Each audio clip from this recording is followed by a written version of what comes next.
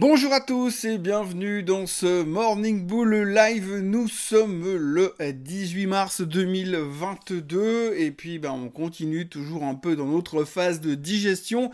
Hier on a vécu une journée encore assez tranquille, il fallait faire pas mal de choses, il y avait pas mal de choses à gérer.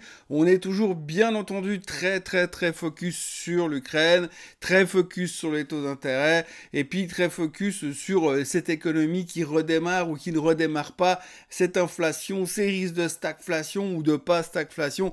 Bref, on se pose plein de questions, on a très peu de réponses, mais en tous les cas, on essaie de naviguer toujours autour de toutes ces informations qui nous tombent dessus.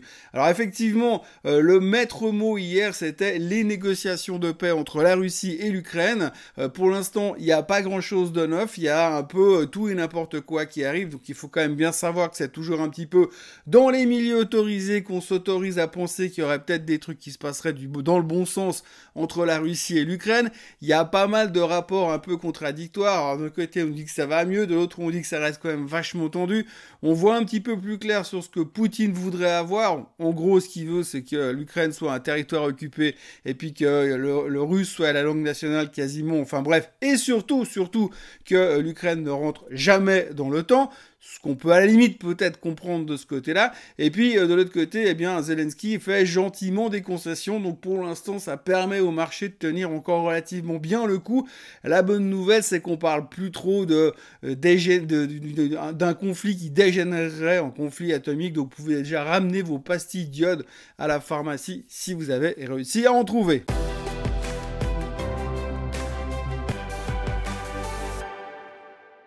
Ce que j'ai envie de dire, c'est qu'aujourd'hui, la bonne nouvelle, c'est que pour l'instant, ça a l'air de se calmer. Les choses reviennent un peu à la normale, la volatilité redescend gentiment.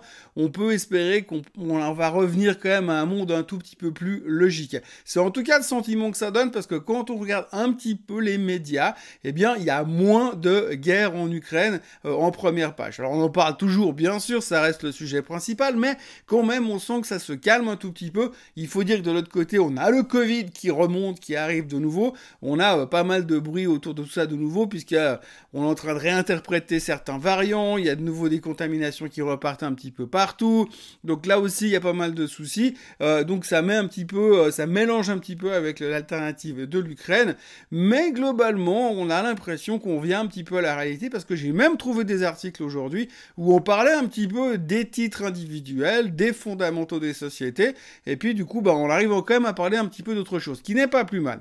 Néanmoins, ce qu'il faut retenir hier en Europe, c'est que le marché n'a pas fait grand-chose, puisque quand on regarde les indices européens, plus ou moins entre moins 0,3 plus 0,3, on va dire que l'un dans l'autre, c'était flat un peu partout en Europe. Les uns s'annulaient mutuellement.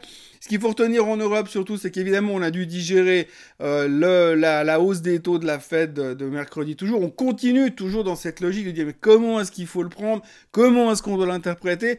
Pour l'instant, on le gère plutôt pas mal. Ce qui est surtout bizarre et intéressant au niveau de la Fed, dans cette thématique globale, c'est qu'aujourd'hui, on est en train d'intégrer le fait que la Fed sait exactement ce qu'elle va faire pendant les 24 prochains mois. C'est plus de questions par rapport à ça. On parle déjà, je suis tombé sur un article aujourd'hui, c'est complètement irréel, je crois que c'était dans le Barron's, où les mecs ils disent, maintenant qu'on sait que la Fed va monter 11 fois les taux durant les 24 prochains mois, on voit un peu plus clair.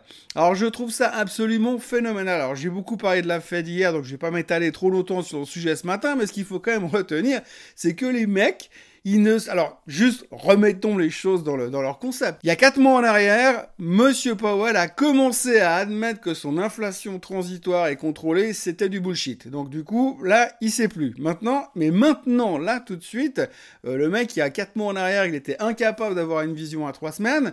Mais maintenant, là, on est en mars, il a une vision à 24 mois, on parle de 11 hausses de taux à suivre, que tout le monde attend maintenant, et maintenant on lui fait confiance. Donc le mec avant, il était faux, il a rien compris, il a rien capté, il s'est vautré avec toutes les informations qu'il avait. Aujourd'hui, la situation géopolitique, économique, macroéconomique, tout ce que vous voulez, c'est encore plus complexifié par rapport à ce qu'elle était il y a encore 4-5 mois en arrière. Je rappelle qu'il y avait au moins déjà, il n'y avait pas de guerre. Et donc là, tout de suite, le mec, il voit beaucoup mieux que ce qu'il voyait il y a 4 mois en arrière, et tout le monde semble trouver ça absolument normal. Bon, ça, je trouve ça assez fabuleux.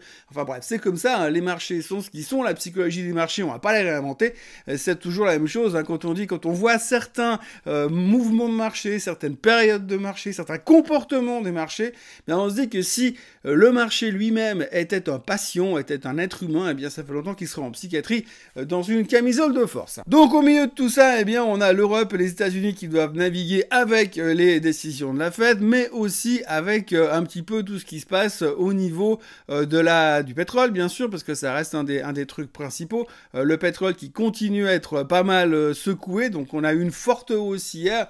Alors la forte hausse sur le baril était principalement due au fait que finalement on se rend compte que les négociations avec l'Ukraine n'allaient pas si bien, qu'il y avait de nouveau des tensions un petit peu, donc boum, on a repris directement quasiment 10% dessus. La problématique quand on reprend 10%, c'est que tout le monde est en train de se dire 10%, ça veut dire qu'on est au-dessus des $100. Si on est au-dessus des $100, qu'est-ce que ça veut dire?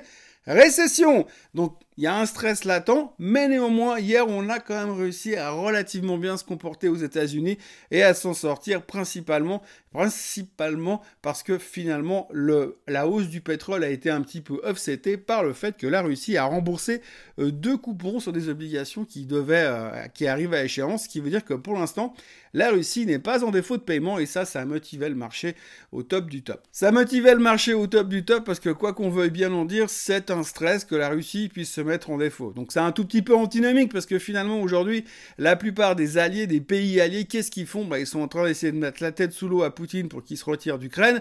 Donc on est en train de lui mettre la misère économiquement en mettant des sanctions dans tous les coins. Et puis maintenant, tout d'un coup, on a peur qu'à force de le tenir sous l'eau, le mec il respire plus. Donc forcément, il y a des risques, ça c'est clair. Mais donc du coup, comme hier ils ont payé leurs coupons, ça a soulagé le marché américain et du coup ça a permis de pas trop se stresser par rapport au fait que le baril remontait de nouveau au-dessus des $105. Puisque ce matin, le WTI est à 105,50 et que le Brent est à 109 et des poussières. Donc on est de nouveau reparti au-dessus des 100 au niveau du baril. Ce qui est assez intéressant au niveau du baril, c'est que de toute façon, tout le monde va de ses prédictions. Alors aujourd'hui, on a un grand nom de la finance qui est arrivé et qui a dit attention, de toute façon, le baril va à $200 parce qu'il n'y a plus assez d'offres derrière. Donc c'est fini cette époque du pétrole facile. De toute façon, même si la guerre en Ukraine s'arrête demain, même si tout le monde roule avec des voitures électriques, de toute façon, le baril va aller à $200. Et le monsieur qui a dit ça, c'est monsieur Pierre Endurant. Alors, ce qui est rigolo avec monsieur Pierre Endurant, c'est que c'est un hedge fund manager qui est spécialisé dans les commodities. Et donc là, aujourd'hui, il débarque out of nowhere, depuis nulle part. On l'a plus entendu parler de lui depuis des mois et des mois. Et tout d'un coup, il vient nous planter un target à $200 sur le baril. Alors forcément, tout le monde dit « Ah, mais si Endurant, il pense que le baril, il va à $200, c'est certainement qu'il sait quelque chose que nous, pauvres mortels, on ne sait pas. » Eh bien, oui, peut-être que c'est ça. Mais simplement, j'aimerais juste remettre un tout petit peu l'église au milieu du village, parce que je sais qu'on a une mémoire extrêmement courte et qu'on se souvient à peine de ce qui s'est passé lundi dernier. Mais ce qu'il faut quand même savoir sur monsieur Pierre Endurant, c'est qu'en 2018, monsieur Pierre Endurant, quand le baril valait 76 $ à peu près, il est arrivé la gueule enfarinée déjà à la télé pour dire oui, moi je pense que le baril il va à $200 parce qu'il y aura plus assez d'offres, blablabla. Bla, bla, bla. Je suis long comme une truie parce que je pense que le baril va exploser, ça va être superbe. Et puis directement derrière, à la même période, le baril il est passé de $75 à $44 et depuis on n'a plus trop entendu parler de lui. Donc ce que je veux dire, c'est qu'il faut savoir raison garder, bien sûr, et puis il faut aussi comprendre que des fois, ces mecs-là, ils se gourrent. Même souvent, en fait. Simplement, c'est plus une question d'ego. C'est une question de venir à la télé pour dire « Ouais, moi j'ai une idée, j'ai un truc à dire ».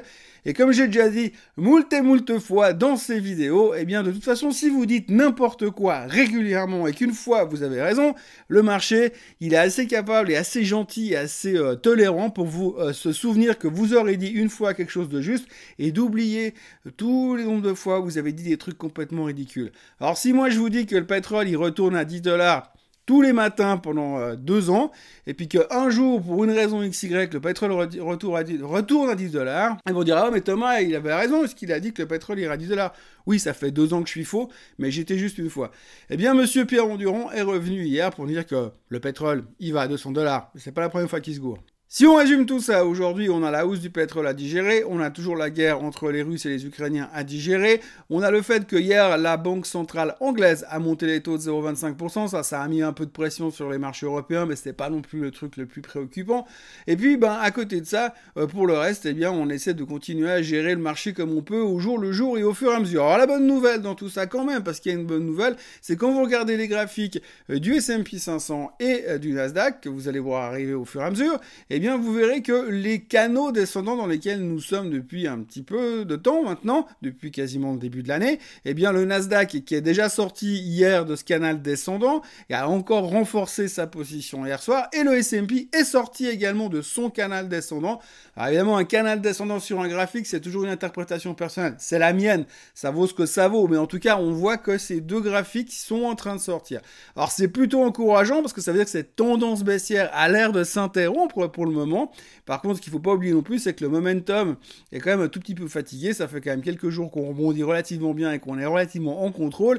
Donc ça pourrait avoir aussi un double effet qui se coule. Mais en tous les cas, la bonne nouvelle, c'est que si ce soir, le S&P 500 termine un tout petit peu plus haut, ne serait-ce qu'une hausse de 0,3%, on pourra dire, sur une base hebdomadaire, le Nasdaq et le S&P 500 sont sortis de leur tendance baissière. Je vous disais au début de cette émission, on commence à parler d'autre chose qui est plutôt une bonne nouvelle. Alors déjà, on peut noter les chiffres de GameStop. Vous vous souvenez de GameStop, hein, la société de jeux vidéo qui vendait des jeux vidéo dans des magasins, qui a été une des sociétés complètement délirantes de l'époque des Wall Street Bets.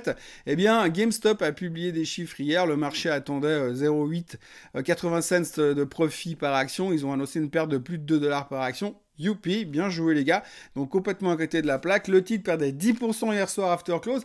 Mais ce qui est intéressant, c'est qu'ils ont quand même annoncé qu'ils allaient créer une place de marché pour vendre des NFT. Donc du coup, ça amortit un peu les chiffres dégueulasses qui viennent de sortir hier soir. Je rappelle quand même que GameStop, ça vaut pas grand chose de fondamentalement, mais ça serait quand même encore aujourd'hui pas loin des $80. Donc méfiance quand même, mais on reparle un tout petit peu de GameStop, mais c'est pas dans le bon sens parce que chiffre pourri, mais plateforme de NFT chez GameStop. Autrement, je parlais du Covid tout à l'heure, eh bien oui, le Covid repart, les contaminations repartent, on en parle un petit peu partout, les Américains sont en train de flipper parce que comme ça repart en Europe, ils savent que statistiquement 2 semaines plus tard c'est chez eux, donc on reparle d'augmentation des cas Covid. La France s'est libérée il y a 2 jours ou 3 jours des masques et des passes sanitaires, mais ils sont déjà en train de dire vous faites attention, vous faites ce que vous voulez, mais vous touchez pas, vous embrassez pas, vous serrez pas la main, restez à distance, sortez pas de chez vous, mais faites ce que vous voulez. Donc on reparle beaucoup du Covid, et dans la foulée, Moderna, donc après Pfizer, sont aussi en train de demander l'autorisation pour la 4e dose de vaccin. Donc on revient un petit peu dans cette thématique vaccin Covid.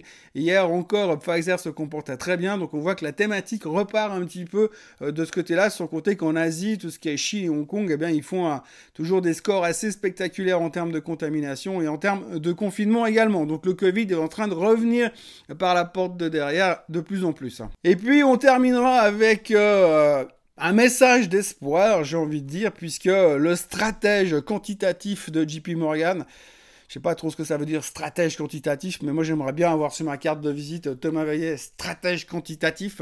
Et donc en fait, le stratège quantitatif de JP Morgan a déclaré hier qu'après une correction de près de 80% sur les titres des nouvelles technologies, en gros les titres de Madame Katie Wood dans ARK Invest, il était temps de commencer à les racheter. Donc là, vous avez devant vos yeux la liste des holdings principaux de Katie Wood, donc évidemment Tesla, Roku, Teladoc, Zoom Video, Coinbase, Unity Software, Spotify Technology, Twilio, Exact Science et UiPath. Donc c'est les positions à la fin de l'année 2021. Mais donc dans les commentaires qui ont été faits hier soir et cette nuit à Wall Street, eh bien le stratégiste quantitatif de JP Morgan pense qu'il est temps de revenir dessus.